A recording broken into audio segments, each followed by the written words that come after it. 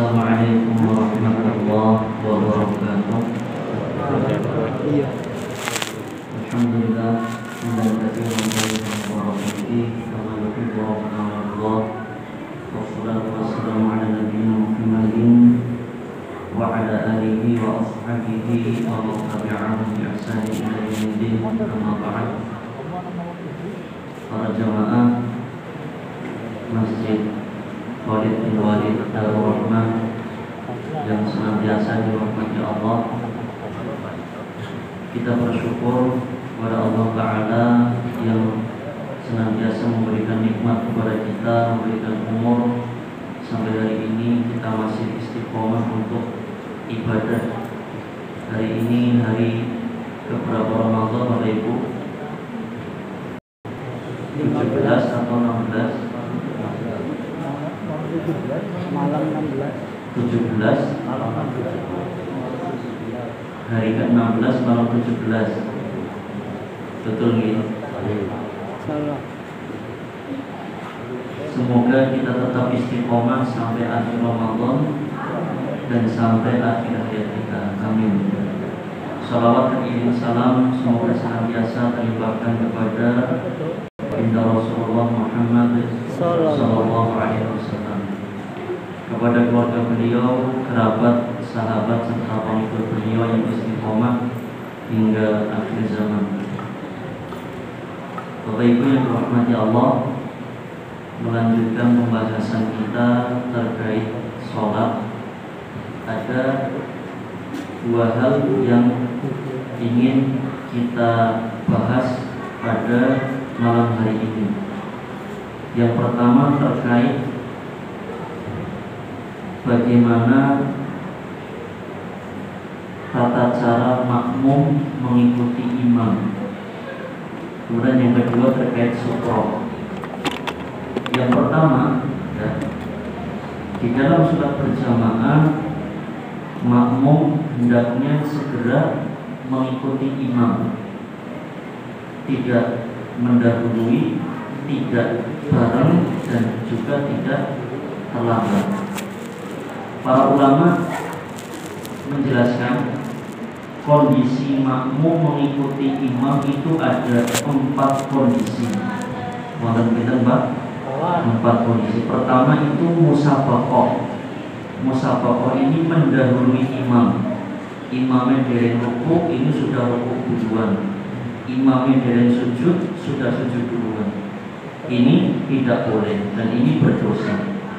Bahkan Nabi SAW mengancam orang-orang yang sering mendahului imam di dalam sholat jamaah, niki bisa dirubah kepalanya atau wajahnya seperti kepala atau wajah kuda atau keledai. Ini yang pertama, jadi musabaqah mendahului tidak boleh. Kedua, muwafaqah. Muwafaqah ini bareng persis dengan imam. Ini juga tidak boleh. Ya, jadi bareng imam ruku, bareng ruku nggak boleh.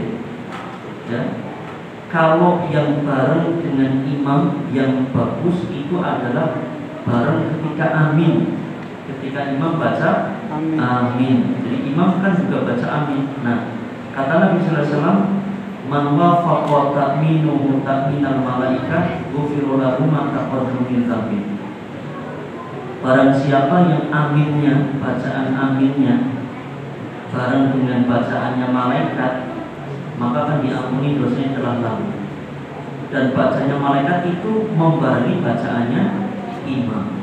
Jadi yang bagus bareng itu ketika ghairil maghdubi 'alaihim waladhdallin, kemudian bareng amin dengan imam. Maka imam juga baca amin didengar jelas oleh makmum sehingga bisa dibarengi. Tapi kalau gerakannya justru nggak boleh bareng.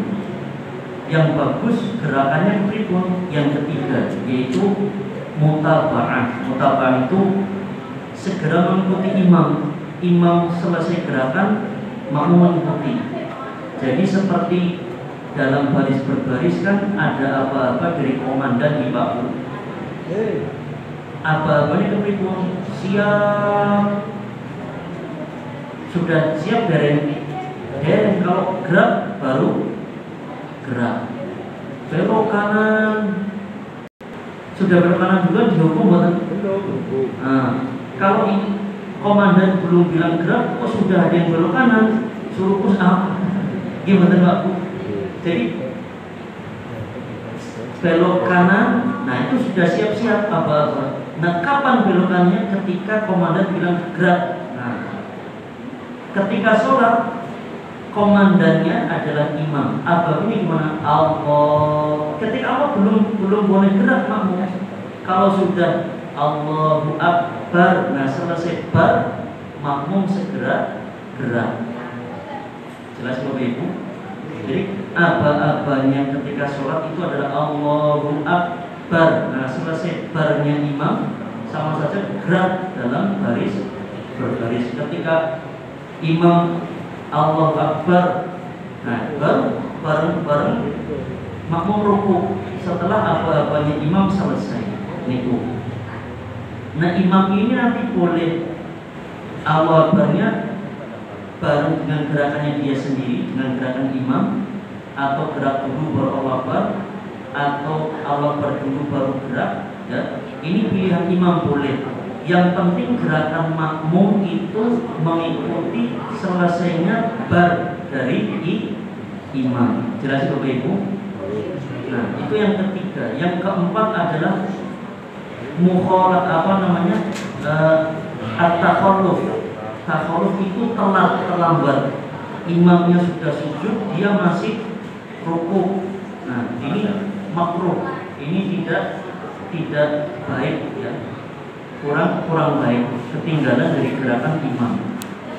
Nah, maka imam ini harus memperhatikan bacaan juga. Kadang ya saya sendiri kadang terlambat. Kenapa? Imamnya terlalu cepat. Kadang saya dapati sholat jamaah di sebagian masjid, ketika rakaat yang sir, kan kita baca Al-Fatihah kan tartil di boten Pak. Kita baru Ar-Rahmanur Maliki Yaumiddin iyyaka na'budu wa iyyaka, imam sudah rukuk. Lah, kan kita harus menyelesaikan dulu. Karena Al-Fatihah adalah rukun. La sholata liman lam yaqra bi Fatihatil kitab. Enggak sah kalau sholat kita tidak baca Al-Fatihah. Kalau kita terlambat karena menyelesaikan Al-Fatihah, boten nomor. Karena itu salahnya imam. Imam yang terlalu cepat baca Al-Fatihah. Maka kita sebagai imam tidak boleh buru-buru ketika baca Al-Fatihah ataupun gerakan. Nanti imamnya cepat-cepat, makmumnya ada yang ketinggalan karena dia menyelesaikan bacaan sholatnya. Maka yang salah di situ adalah makmum atau imam. Imam ibarat naik angkot, penumpangnya baru naik belum ditatani, wis tancap gas, itu undang-undang gimana? Nah, ini kan tidak baik. Maka imam ini ibarat masinis, ibarat nakoda, ibarat driver, harus melihat ini penumpangnya sudah siap semua belum. Jangan sampai balapan kita lihat yang terawihnya 10 menit selesai, Masya Allah, imamnya sudah berdiri, ada yang masih sujud, ada yang masih duduk antara dua sujud. Itu nanti ini diadili di hari kiamat. Kemudian dari imam akan dituntut karena apa? Bikin makmumnya berantakan. Ini kondisi bagaimana makmum mengikuti imam. Jadi pertama mendahului tidak boleh, bahkan berdosa. Kedua berbarengan juga tidak boleh. Ketiga segera mengikuti gerakan imam setelah aba-aba Allah selesai. Keempat terlambat, ini juga tidak boleh. Yang paling baik yang mana Pak? Yang nomor 3, yang segera mengikuti. Ini hal yang pertama. Hal yang kedua adalah ketika kita sholat di masjid karena banyak jamaah, maka kita dianjurkan oleh Nabi untuk memakai sutroh. Napa Pak Bu? Sutroh ini apa? Sutroh adalah pembatas yang kita letakkan di depan tempat sholat kita. Pembatas yang menjadi pertanda area sholat kita. Kalau kita sudah kasih pembatas, maka nggak boleh ada orang yang lewat antara kita dengan pembatas itu. Harus lewatnya di luar batas tadi. Nah, ini hukumnya bahkan para ulama mengatakan wajib. Kenapa? Karena kalau lewat ada orang terobos antara batas dia dengan sutroh, ini bisa dosa dan dosanya tidak ringan. Kanjeng Nabi SAW menjelaskan, "Lau ya'lamu al-maru baina yadil musalli madza 'alaihi min ismi lakana an yaqifa 40 kharifan khairun lahu min an yamurra baina yadayhi." Seandainya orang yang lewat di depan orang yang sedang sholat mengetahui betapa besar dosa yang akan dia dapatkan, ya, kalau orang itu tahu, maka dia akan memilih lebih baik berdiri menunggu, bahkan kalau perlu menunggu sampai 40 tahun daripada lewat di depan orang yang sholat. Nunggu 40 tahun ngadeg kepipun rasanya nih Pak. Mau disetrap mawon sedinten panas. Sholat raweh setengah jam saja wis pegel nggih. Apalagi berdiri 40 tahun. Kira-kira dosa ini ringan nopo berat Pak? Lebih baik milih berdiri 40 tahun. Berat. Kenapa? Karena dia akan merusak sholat orang yang dia terobos. Ya.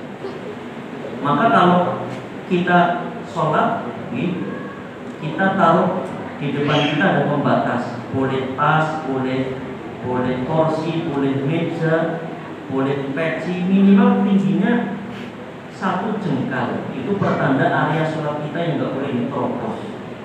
Nah, kalau ada orang yang mau terobos, kita cegah pakai tangan.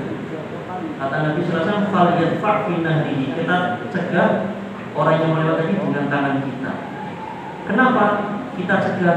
Kasihan kita, sholatnya bisa rusak. Kasihan dia kalau terobos, dia bisa berdosa.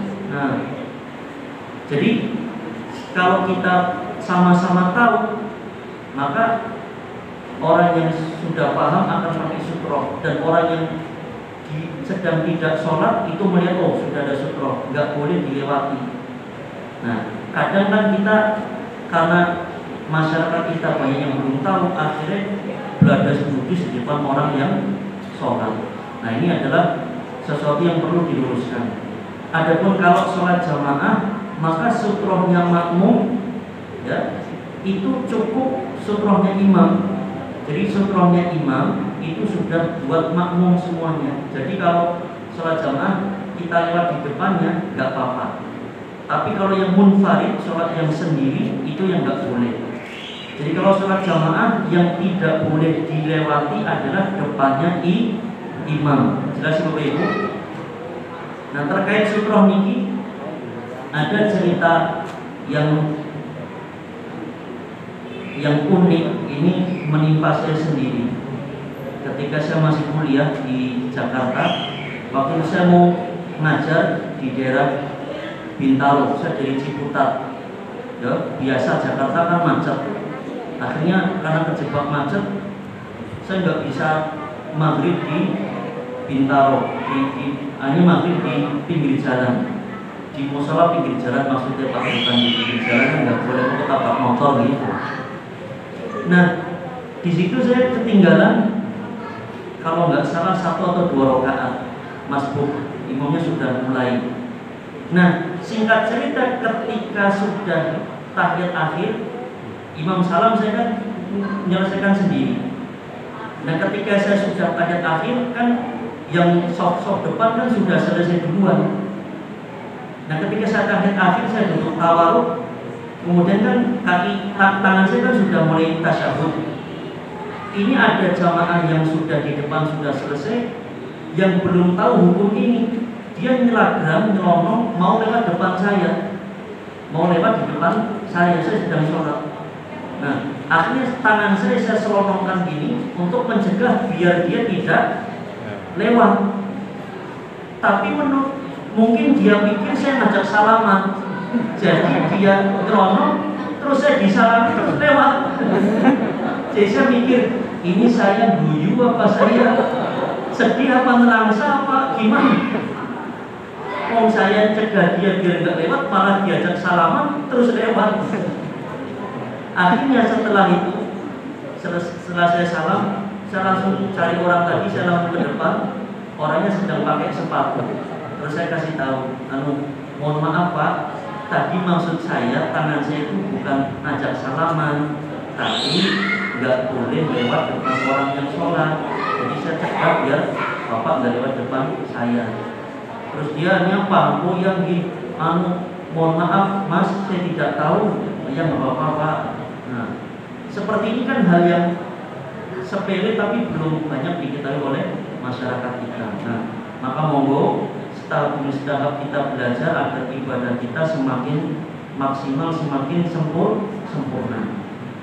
Semoga dua hal ini bisa kita pahami dan bisa kita amalkan dalam praktek sholat kita sehari-hari. Nah, punten atas segala kekurangan dan kita akhiri. Wassalamualaikum warahmatullahi wabarakatuh.